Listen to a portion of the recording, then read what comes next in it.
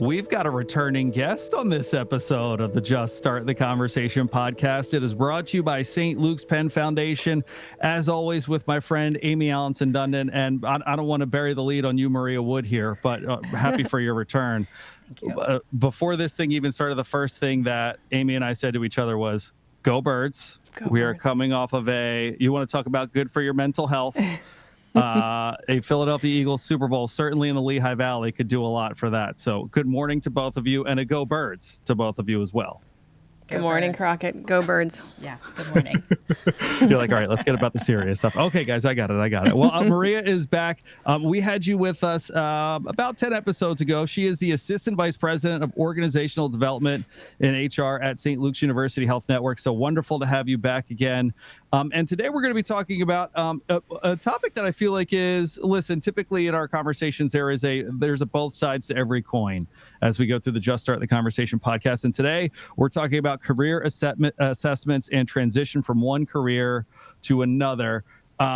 Amy, I'm going to go ahead and start with you on this one, just because give me a little bit into that thought right there, just how there are some positives and there's good and bad in just about everything that we do. But from a career, maybe you're reassessing it, maybe you're looking to make a transition, maybe you're getting ready to go to a job fair or something like that and don't even know where to start right now.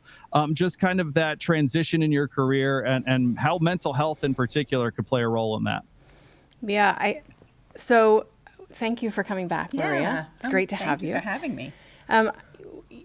So picking a job, picking a career in general is a very stressful thing. And it's a thing most of us do out of high school or out of college. And we, in the past, traditionally, have pretty much stuck to the path that we've chosen. But more and more, people are branching out and getting a little bit more adventurous and brave and aren't quite as anxious or stressed in the way that maybe we were 20, 30, 40 years ago in terms of switching careers, because it can be very anxiety provoking. And if you're somebody that is prone to anxiety to begin with, making a career change can be really difficult if you don't have the right people around you and the right coping tools in place, or even the right assessments to know really what you want to do.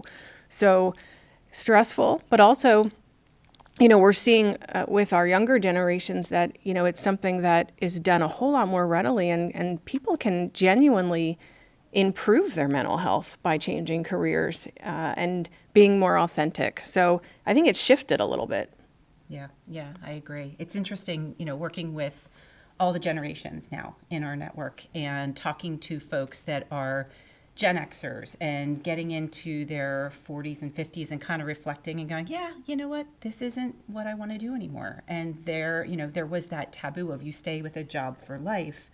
But now people are really feeling that comfort of exploring their options and looking into their true passions. So, I've also seen folks that have kind of hit what they believe is their echelon of their role, whether it's a CEO or somewhere where they've kind of hit that pinnacle, and they do a complete switch to something more artistic, musical. Like they've had that passion in them, and they've just felt like, I've not had that opportunity to exercise it in my role here, but now this part of my life, I'm going to do these things. And it's a completely different flip switch. Which is really cool. Yeah.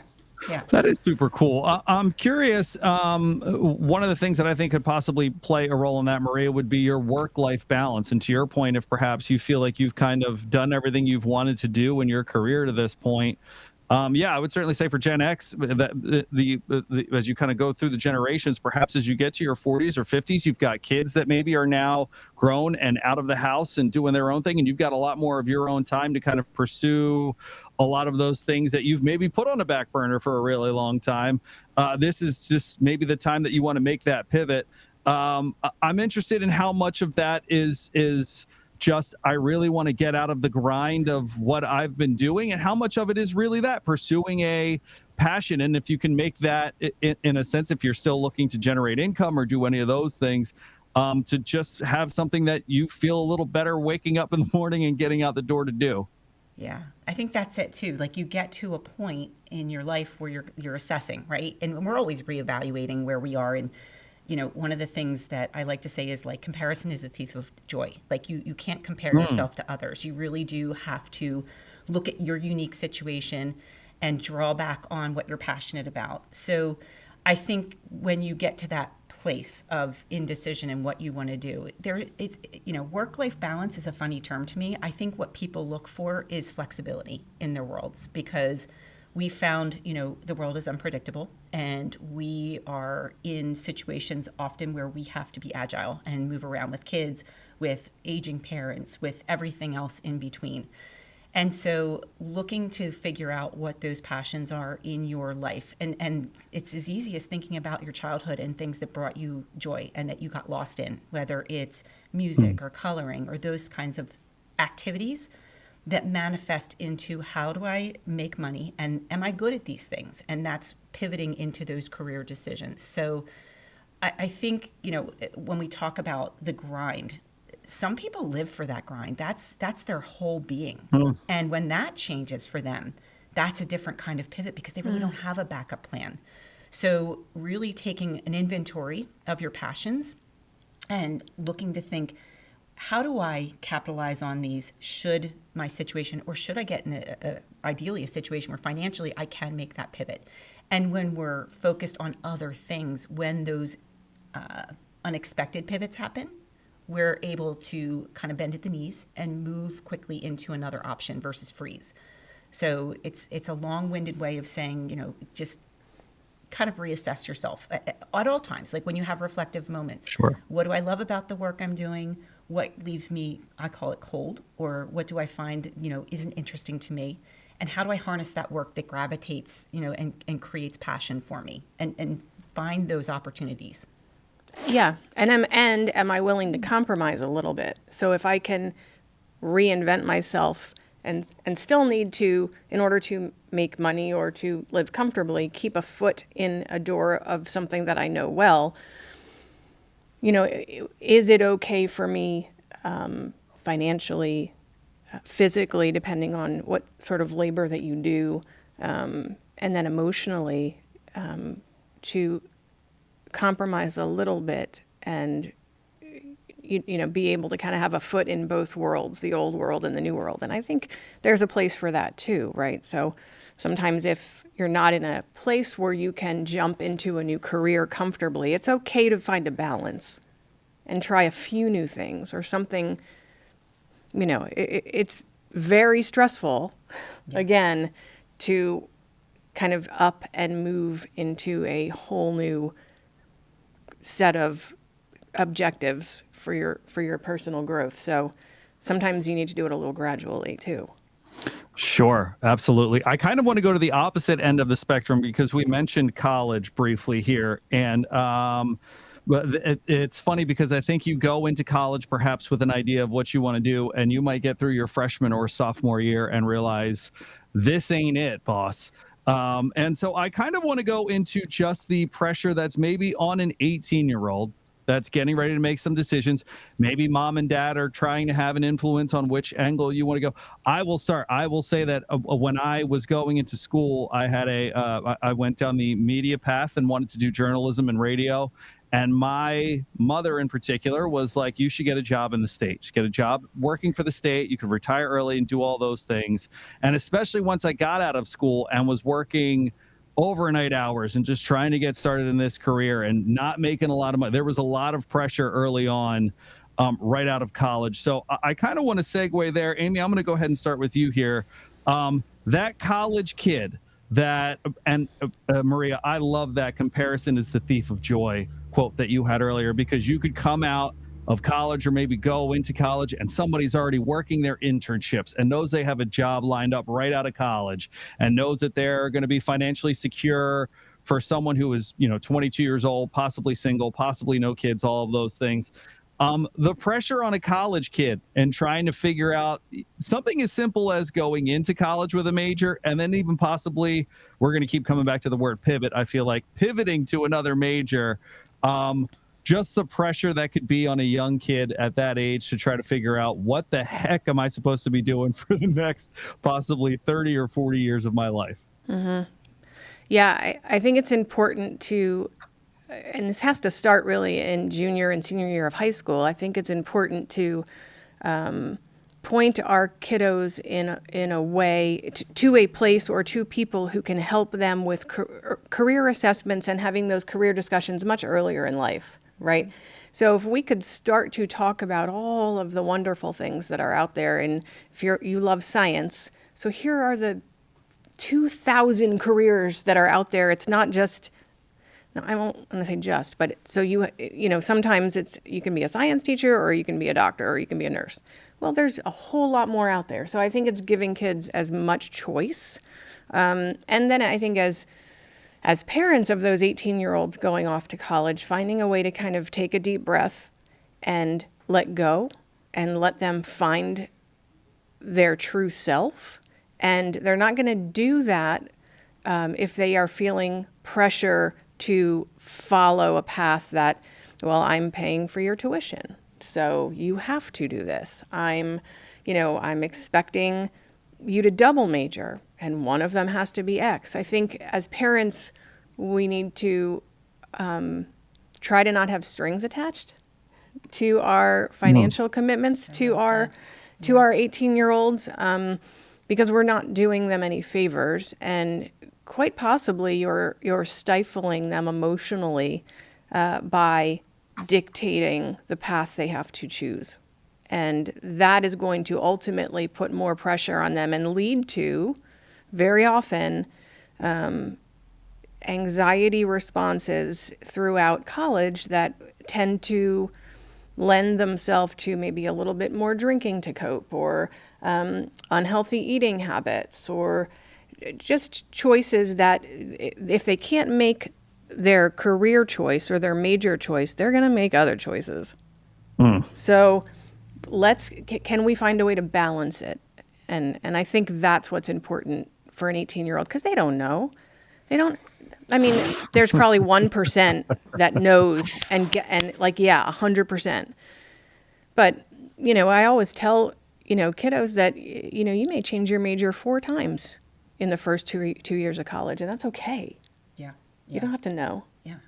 It's crazy to make a life decision at that age. So, one of the things that I love that high schools have started doing I'll say the last decade or so, is bringing in the assessments piece of kind of understanding what those passions are. So there's the Myers-Briggs type indicator they use for seniors and juniors as they're making their decisions to what careers or what their passions are. And it kind of partners them in areas, not saying you should be X, but here are some of your options.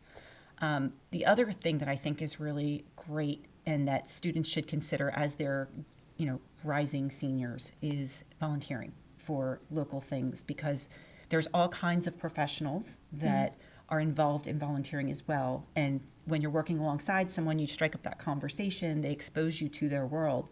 And that's where the biggest learning piece is, that exposure and understanding of, oh, that's what it's like to be an X, or because perception of what that role looks like versus when you're walking in those shoes are 2 completely different worlds. And, when you're onboarding folks who have gone through 4 years of school, possibly more, and they're in this role and they're like, wow, this isn't what I thought it was going to be. That's kind of a heartbreaking statement, because you want them to have some exposure, some level, internships, co-ops, all those opportunities to get a sense of this is what the environment is, and the culture too, of course.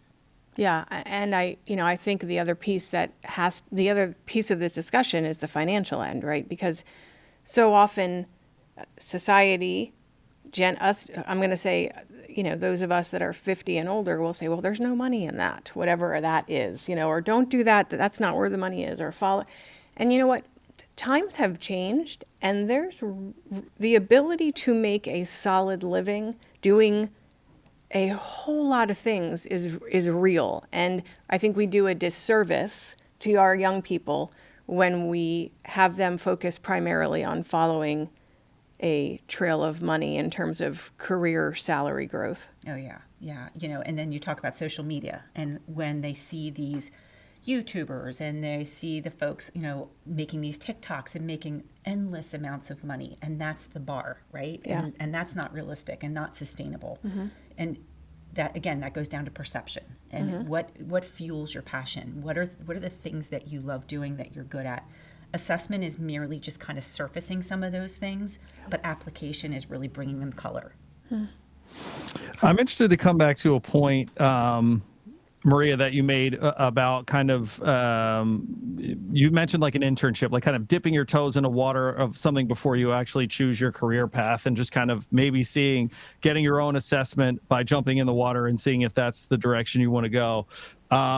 The idea of like, I'm trying to think of what like imposter syndrome. If all of a sudden you've gone through this, you've done the education, maybe you did a little bit of an internship, you liked it, and then all of a sudden you kind of get there where it's the great big world, and you get in there and there's just this idea of, I don't know how the heck I belong as a piece of this puzzle.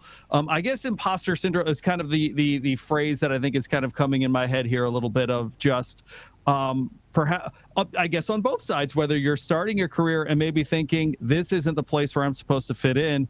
And maybe on the flip side of that, as we come to that, that Gen X conversation of maybe you left being the CEO, maybe you quit doing other things because you wanted to focus on something that maybe gave you a little bit more of a work-life balance, or you wanted to focus on music, you wanted to do those things, and then all of a sudden perhaps you're feeling a little bit like you don't belong there.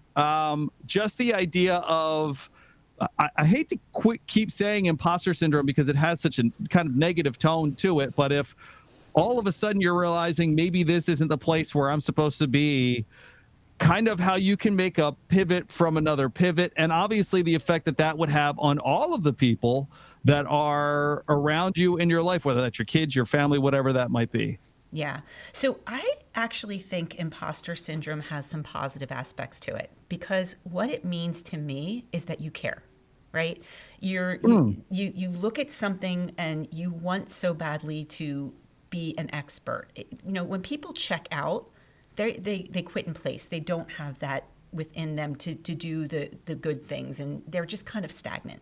When you have imposter syndrome, it's sending out a signal that this is meaningful to me and I want to do good. When you feel that moment where you're kind of in that indecision point, and is this for me?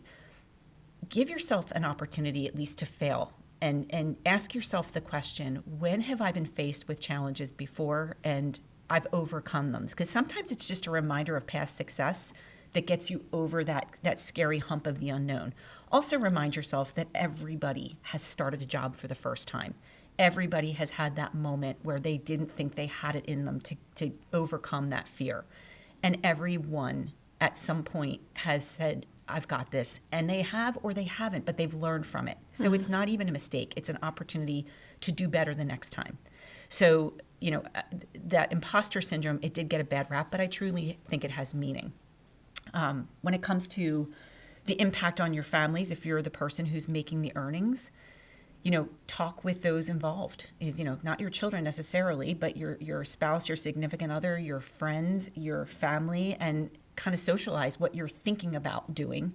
And again, create a safety net for yourself. What kinds of supplemental things can you do to build a safety net or an income for yourself as you experiment? Maybe volunteer sometimes on the weekends as you're working this job, figuring it out, to get exposure to other worlds. Again, I keep bringing up the volunteering thing because it has created so many pathways for myself and others. Hobbies, same thing. I'm a big runner, and in the running community, there's people I meet in professional worlds that I'm partnering and introducing and things like that. So hobbies can also bring forward some great connections. But I think helping or having folks informed in your decision making will help you vet what that next step looks like, and also have kind of like your truth tellers sit with you and give you their honest feedback of, is this what you should be doing now? Because your mental state of mind, right, Amy? Yep. That's what I was to do with that. Yeah, that's what I was going to say. I mean, we all have those people in our life who, we know that we can go to, and I'm going to talk about career first, those work people that we can go to and say, I need your honest opinion. Here's what I'm thinking, and whether I would suggest for your mental health, that you keep a journal right, of where you want to be and then every day where you're going. So you set kind of SMART goals for yourself in terms of your career. And what are the pieces that I need to put into place and to map this out? And who are the people, to Maria's point, that I need to have in my corner or at least tap and not be afraid to ask the really difficult questions and say, I think that this is what I want to do.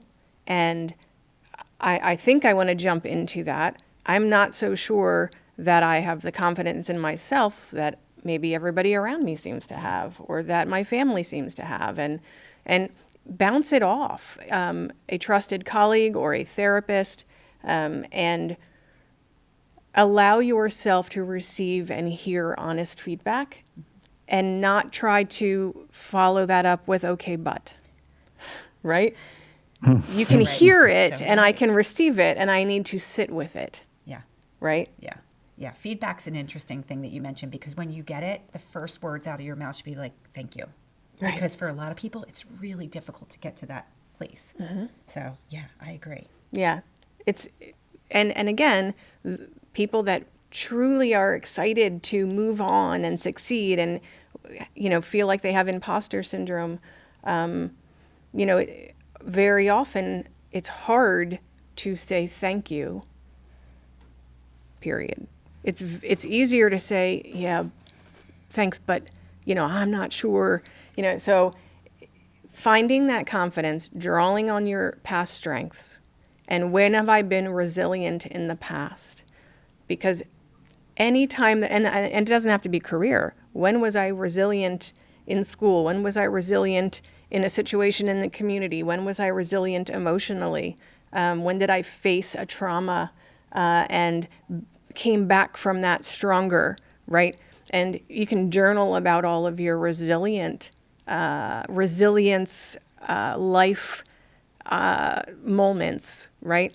And look at those and say, wow, I need to allow myself to take some credit for getting to where I am today. And I need to have the same belief in myself that other people have in me. Yep. I think that's the coming back to that comparison is the thief of joy. I mean, the joy you're going to find is going back and looking at the things that you had, the adversity that you've had in your life that you have overcome. It can give you the opportunity to be self-reflective and think to yourself, okay, maybe there is, I can take on just about anything. If I've covered all of these things that have happened in the past, perhaps I have it in me to take on a new change. I'm curious, I feel, and I don't want to diminish the college kid, but typically you're young, you don't have a lot of as many responsibilities as perhaps someone who has a significant other, has a house, has a couple cars, the kids, has all of those things. I want to talk a little bit about the breadwinner. You're the breadwinner in the household, and you're finding that perhaps what you're doing is taking its toll on you physically, it's taking its toll on you mentally. But man, the tougher decision in your mind might be, I can't let these people down. They're depending on me. I'm giving them a life that I would say you probably assume everybody is happy with. Maria, I kind of want to come to you on that one. Just the idea of that kind of, we talk about work-life balance. Is it as simple as having a conversation with your current employer and saying, listen, this is, I understand that I'm good at this. I'm having a really hard time coming in here every day and trying to be a successful employee, knowing that maybe this isn't exactly where I want to go. So I'm guessing the question here is just that breadwinner, that person that maybe everybody in the family is kind of depending on, that realizes this isn't the path that I want to continue going down.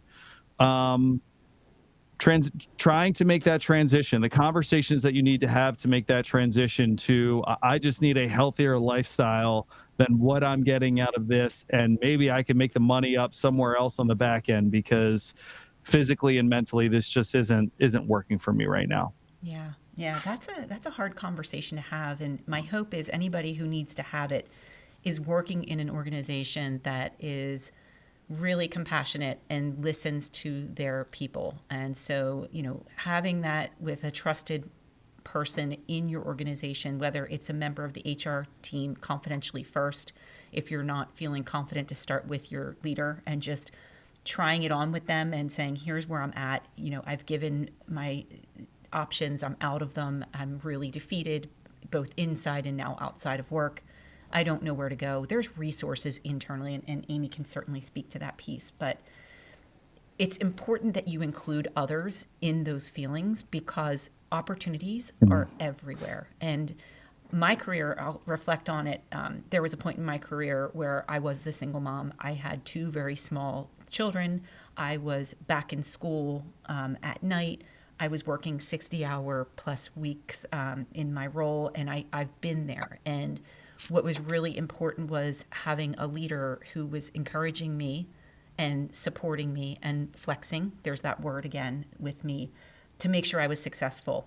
Had they not known the things that I was dealing with, I don't know what their support level would have been. But being transparent and knowing that there were days like, this time of year, like both kids were sick, we were up all night, I'm coming in and I look like I was whipped through a tornado. Like there was so much compassion there. And it's a disclosure, but I feel like when you talk to people at that level, they open up to you.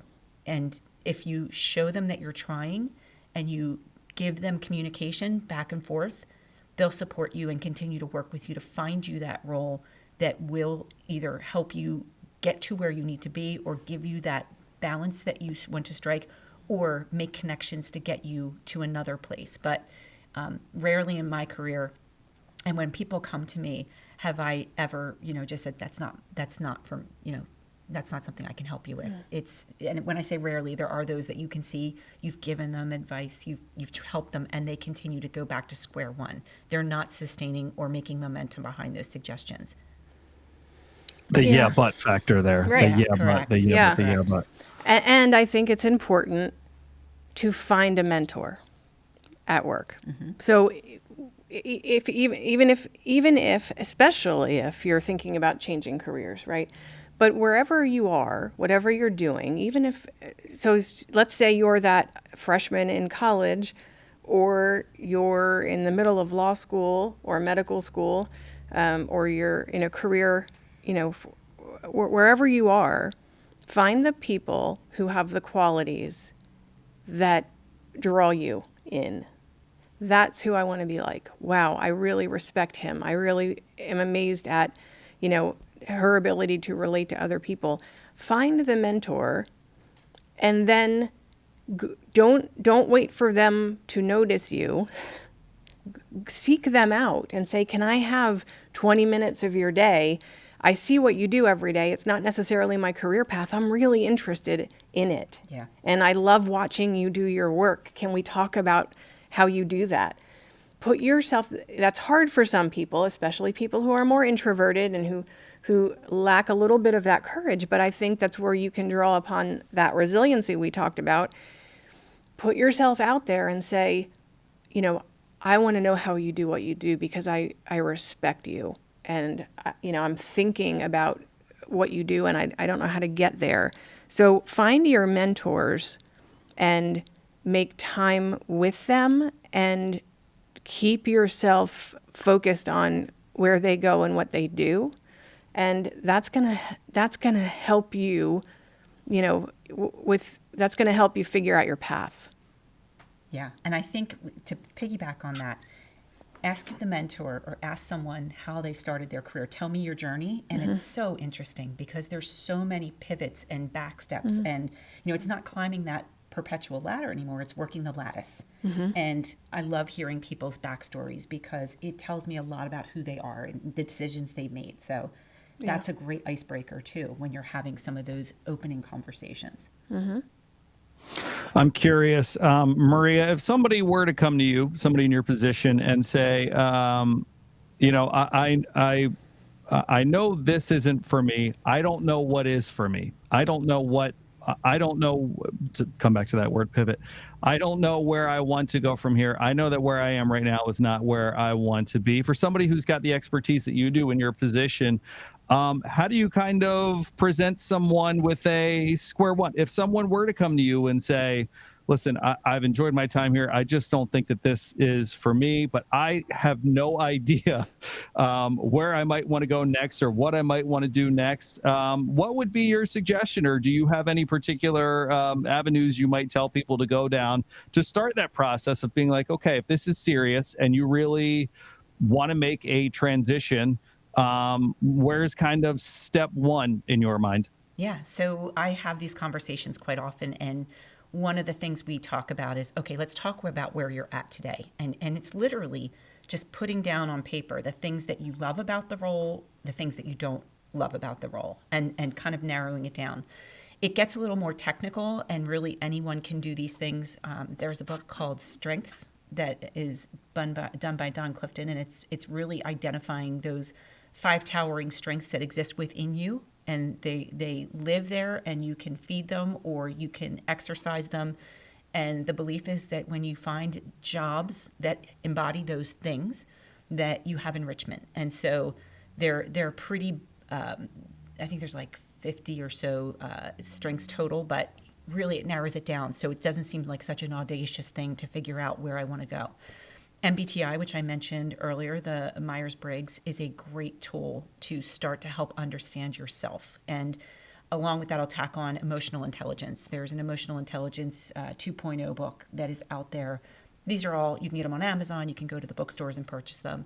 But EQ, I'll back it up, is really understanding yourself and how you are in environments. Are you picking up on social cues? Are you able to communicate effectively? Are you reaching people in a way that they understand you and you're getting the results you need? So that's a good jumping off point.